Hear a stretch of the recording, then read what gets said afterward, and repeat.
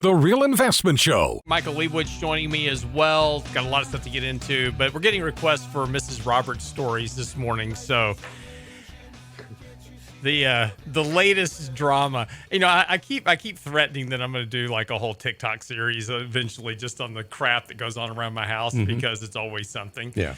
So, you know, my wife's getting ready now this weekend is ACL. Now, if you're in Austin, listening to our show, you know what this is. Of course, this is Austin City Limits. It's a big music festival that happens every year.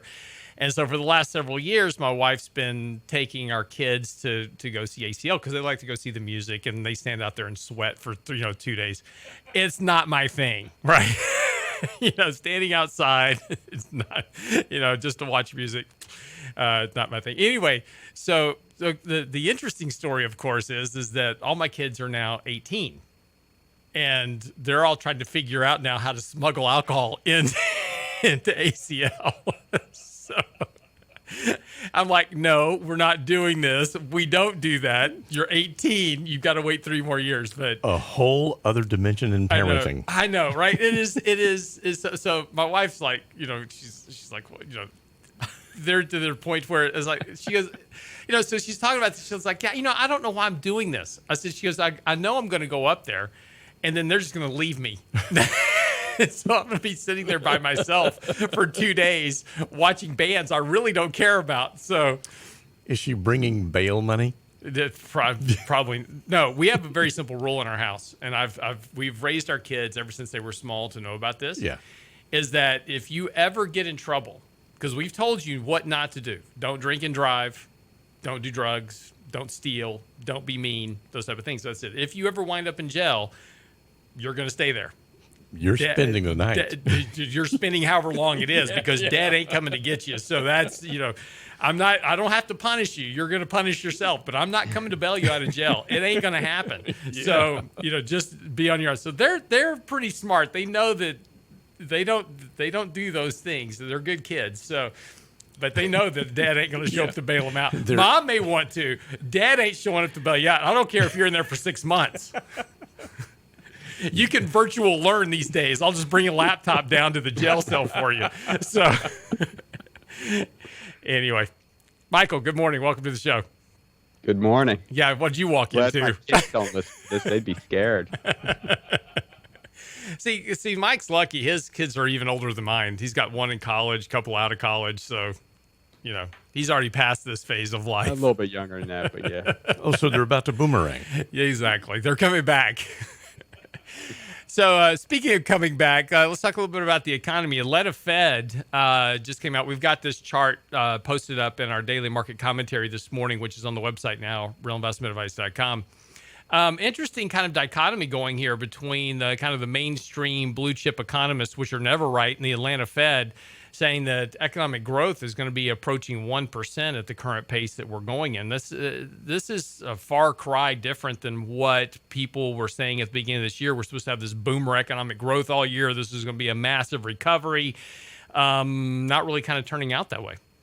No, I think what caught everyone off guard, ourselves included early on when COVID started, was the massive amount of fiscal stimulus that they did.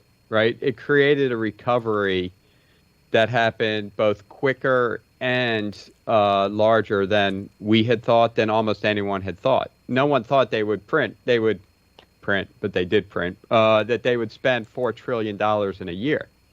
Right? We were coming off the financial crisis where it was like, 1.8 trillion? And in the years between the financial crisis and now, they were spending less than $1 trillion a year. So there was an extra $3+ trillion boosting the economy.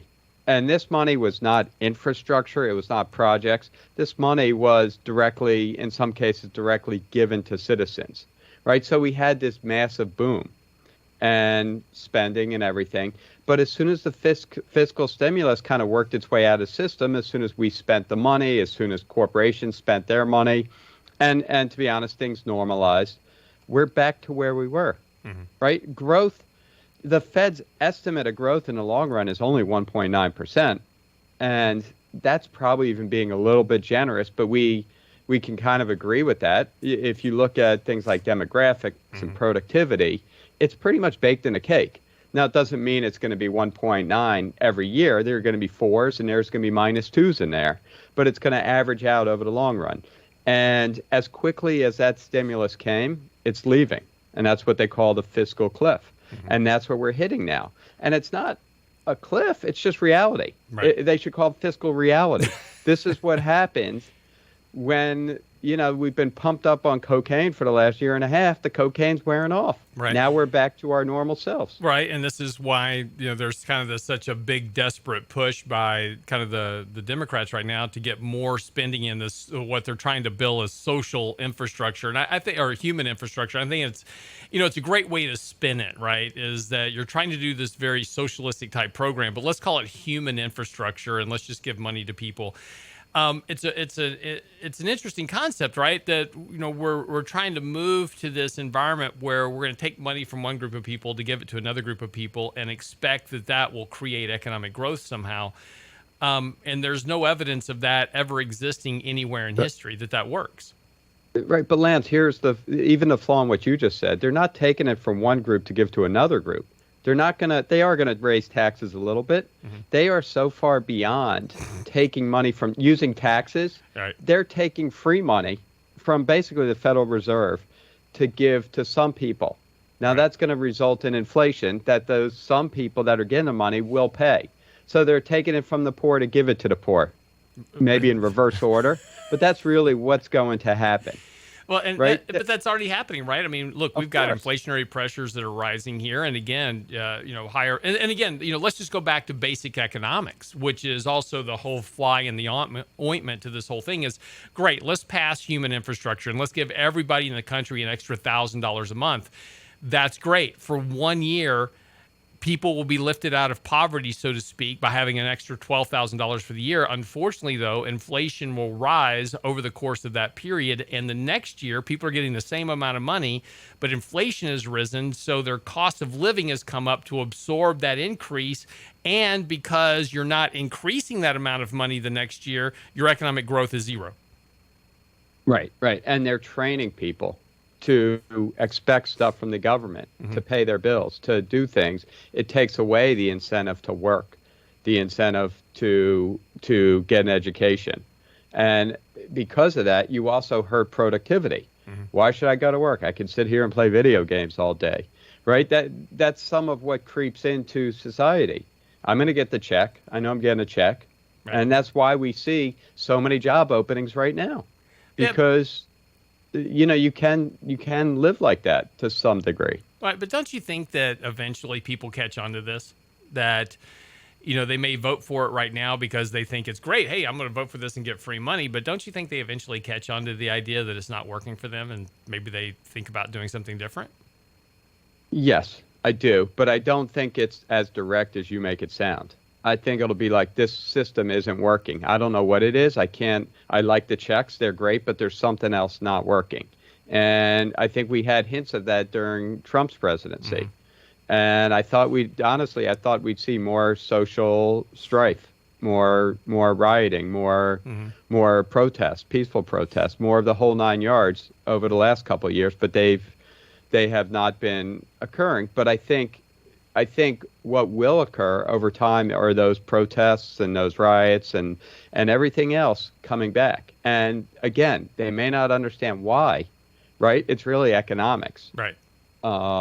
But I think that's what's on the horizon. And whether it's the political landscape that sets it off, a recession that sets it off, or who knows what else.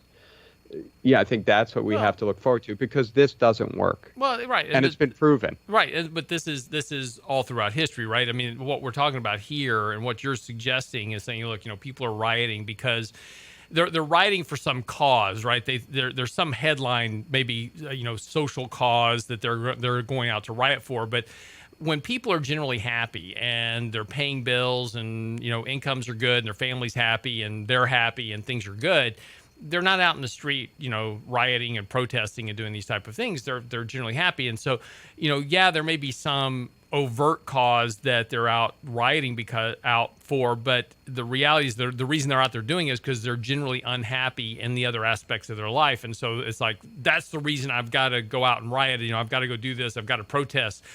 but it's because of this wealth inequality. And look, we even the Fed is now talking about the wealth inequality, which I think is hysterical because they're the ones that caused it. Right. And now they're saying, well, wealth inequality is a problem. Okay, well, if you want to fix wealth inequality, stop manipulating the markets and right. allow free markets to operate and stop bailing out companies that should be out of business, like your major banks. And, we'll get back to wealth equality at that point because capitalism will start to work again. Right. And you see it on display now with this whole debt cap thing. They keep mentioning stocks. Right. If we don't sign it and if we default, stocks will fall. Who cares about stocks? Right. Just worry about what about the government. Let free markets take care of themselves. Right? It has become stocks is what everything is all about. Stocks. Well, who owns the stocks? Right? It's right. not the 90%. It's about 10%. Right. Right? Well, So, but again, Nancy Pelosi herself is worth $140 million, and she's done a whole lot of stock trading while she's been in office. So, she's been in government her whole life, so it's not a bad gig. It is not a bad gig. What are we doing, And Lance? now we've got the Fed Vice Chair Clarita now caught up in the whole, trading scandal for the Fed. He was actually buying stocks the day before Jerome Powell made the announcement of more liquidity. So, of course it's all about stocks for them. Unfortunately, for the rest of the country, they're just trying to put food on the table. That's an entirely different matter. Anyway, we'll come back. You're getting me riled up. I know. We'll come back after the break. Look, we will talk a little bit about this debt ceiling adjustment that's being made and why it's affecting the markets and what to expect out of the markets coming up from here. So, again, be right back with Michael Lebowitz right after the break. Don't go away.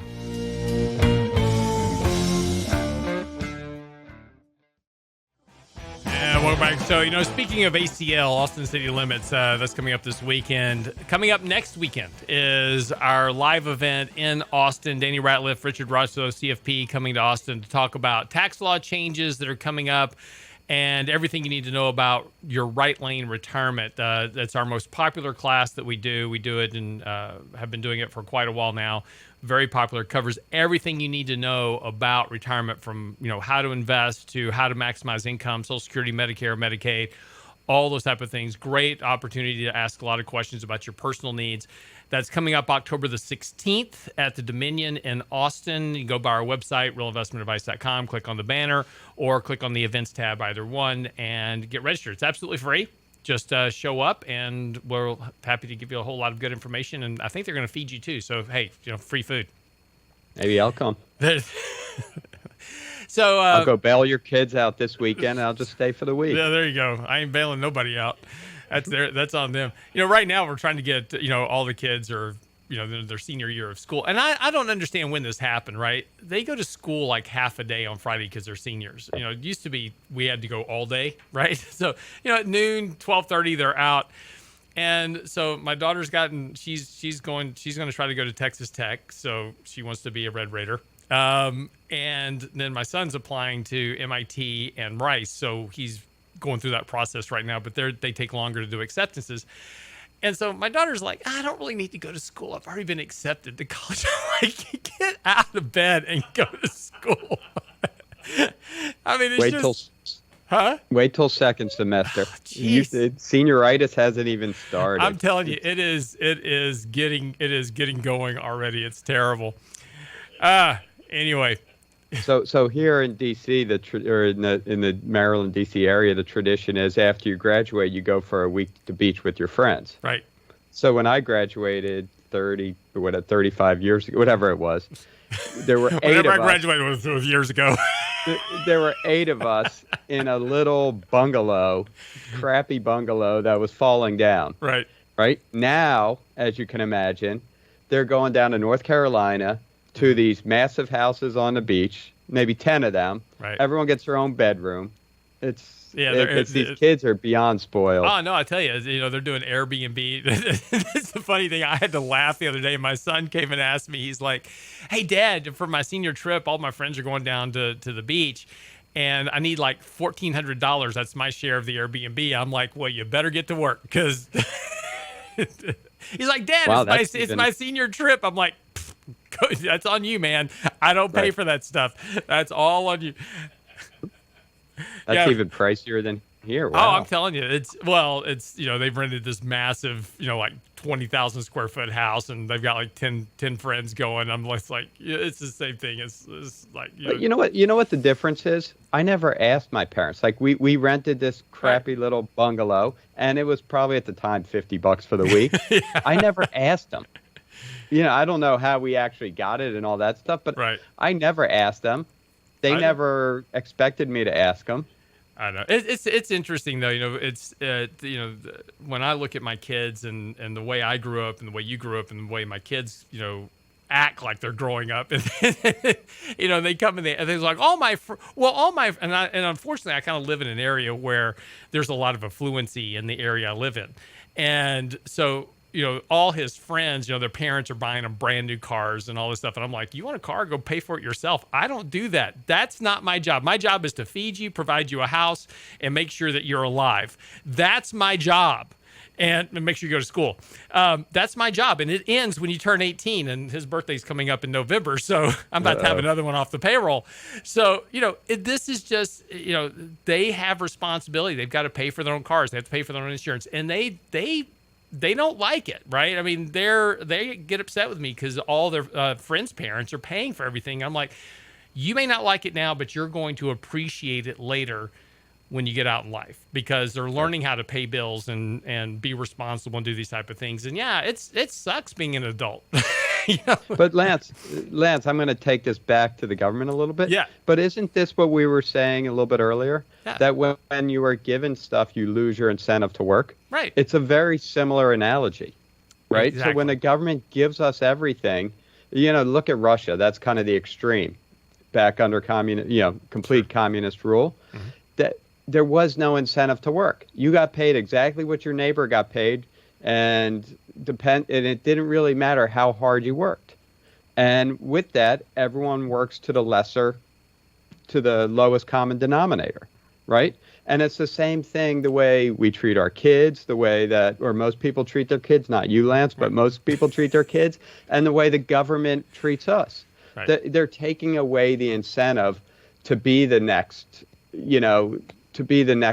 big innovator, to even just be a high-level executive, to be the best waiter at a restaurant and get the most tips. The whole gambit of potential is, if we all get paid the same thing, why bother? But this is the fallacy of what's being told to us by the government right now, right?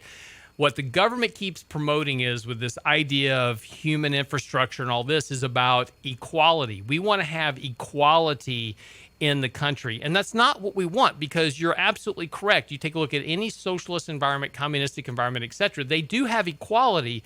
The problem is the equality is at the lowest end of the scale, because the only way you can make everybody equal is that you have to make everybody equal at the lowest common denominator. What we want is equality of opportunity. And we want to have everybody have the same chance to have the same opportunity. And if they can earn it and support it and keep it, then they deserve that opportunity. And this is the part that we kind of forget about, is that if we want to elevate people, we need to give people an incentive to rise above their current position in life. And so we give them an equality of opportunity. Just as you said, Mike, if you want to be the best teacher, the best nurse, the best doctor, the best surgeon, whatever it is, you should have that opportunity to do that, regardless of race, creed, religion, whatever it is. You've got to go out there and work for it, though. You've got to go get the education for it. You've got to put the time in to do it. And if you can achieve your goals, that's great, because that's what capitalism does. It gives you that equality of opportunity. But we're destroying that by trying to create equality, period.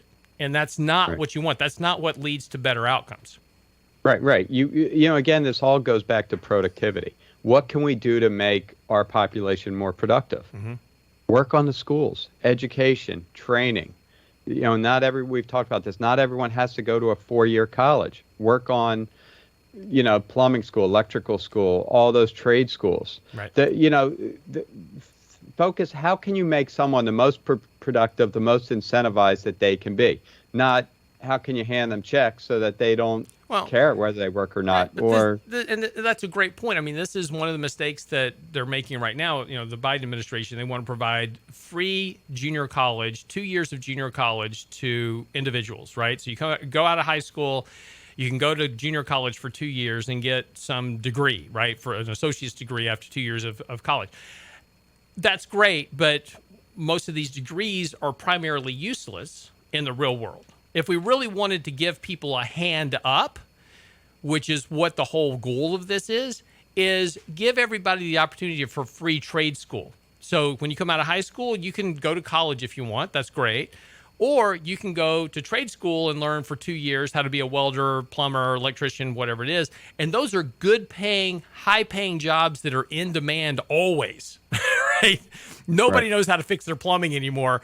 Being a plumber will always provide a job. And we would actually be giving people equality of opportunity at that point by teaching them a trade that they could go out and apply and immediately get work. And look, some of the richest people I know are people that own plumbing companies, electrical companies, construction companies. Painting, right? Yeah, I mean, they make a lot of money. And that's the mistake, though. You know, we have the right idea. Like, let's give people a hand up. That's great.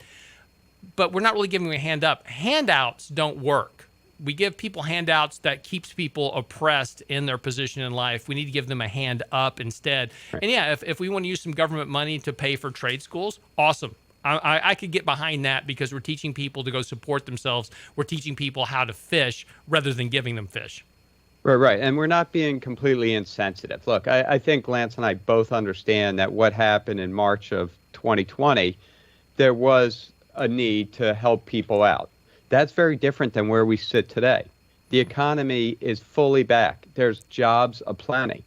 Those kind of special one-time helping handouts, that's fine. We're not saying that government should never help because there is a role for government. It's just not a permanent role. It's not a role where they are the employer, essentially, where you don't have to work, but they're the employer and they pay you. So there's a fine line. But if the government would just, every bill they put out, they say, okay, what does this do for productivity? And sometimes, look, it may not. The government has to do things that the private sector won't do. And that's understandable, like defense, right? There are other things too.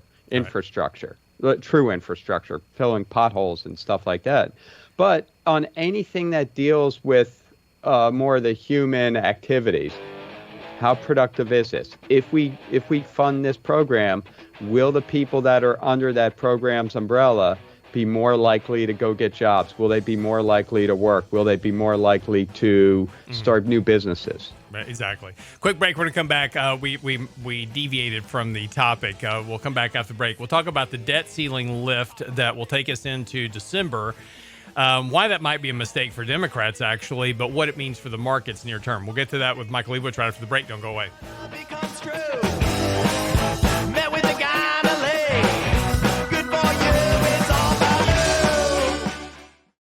Again, not real surprising here, as we've been talking about all week, is this volatility of the market really surrounded this whole conversation about, oh my gosh, if we don't raise the debt ceiling, we're going to default on our debt. And I've been saying all week, A, first of all, that's not going to happen. B, we've raised the debt ceiling 78 times. 79th won't be a surprise. And yesterday, Senate Minority Leader Mitch McConnell came out and suggested raising the debt ceiling through December. Now, Democrats are running around right now saying, they won, the Republicans blinked. Not so sure about that, because it's one thing to raise the debt ceiling to $29 trillion, but now you've got to come back in December and try to raise it to $31, $32, $33 trillion to try to pass all your other stuff you want to pass. That may not play off that well as they think, particularly in December, because starting in January is where all the midterm kind of pre-run starts for getting reelected next November. So there's going to be some real challenges here, I think, for the Democrats. They're not planning on, yes, it's a short-term victory, but again, the hyperbole around the whole debt ceiling, Bernie Sanders out yesterday, if we don't raise the debt ceiling, the economy is going to be in a depression. No, it's not, because it would be a technical default, just like we saw back in 1979. Everybody knows they're going to get paid as soon as we raise the debt ceiling. None of the things that the Democrats are running around saying would happen if we defaulted on our debt is actually true. That includes Treasury Secretary, who is Biden's puppet anyway. She's just kind of going along with the narrative. None of it's true. It's all meant to just scare you into thinking it's the problem, but it does weigh on markets. And now with this behind us, we're going to see some follow through today on the markets. Mike, your thoughts? Well, just go back over the last 15 years, every time this has come up. And again, it does, like you said in the opening monologue, it doesn't matter which party. The words are exactly the same. Whoever's under the gun, whoever has the power, says the same exact stuff. And they all get resolved the same exact way. It's literally a joke. And, why they even have debt cap limits is beyond me if they mean nothing. But that's a different story. Because they're supposed to mean something. It's supposed to be a limit to your spending. You're supposed to go, well, we can't raise any more debt right now. Maybe we need to cut some spending. But to your point, we stopped doing any type of fiscal responsibility back in 1979. So, yeah, just remove it. If you're not going to pay any attention to it, just remove it and let's just deal with it. If you're not going to pass budgets. Yeah, exactly. Right. I mean, that's probably a great first place to start. But that's a different story. While we were... that's a different story. Yeah, it's a problem. Real quick, can I just read this quote? I thought it was so appropriate for what we were talking about a little bit earlier. Sure, go ahead. Dr. Lacey Hunt, who I believe is in the Houston area. He's in Austin. Right? He is in Austin, actually. So he's going to be at ACL, too. Yes, he will be at ACL.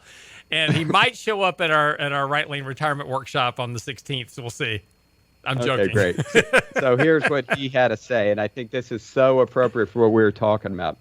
The government is not the key. Making the economy into a giant post office is not the solution for sustained prosperity. Right. And he's right. Right? That's exactly right. The government is not very efficient. They don't promote incentive. They don't promote productivity. It's like the post office. We need the post office. It serves a need that no one else seems to be willing to do.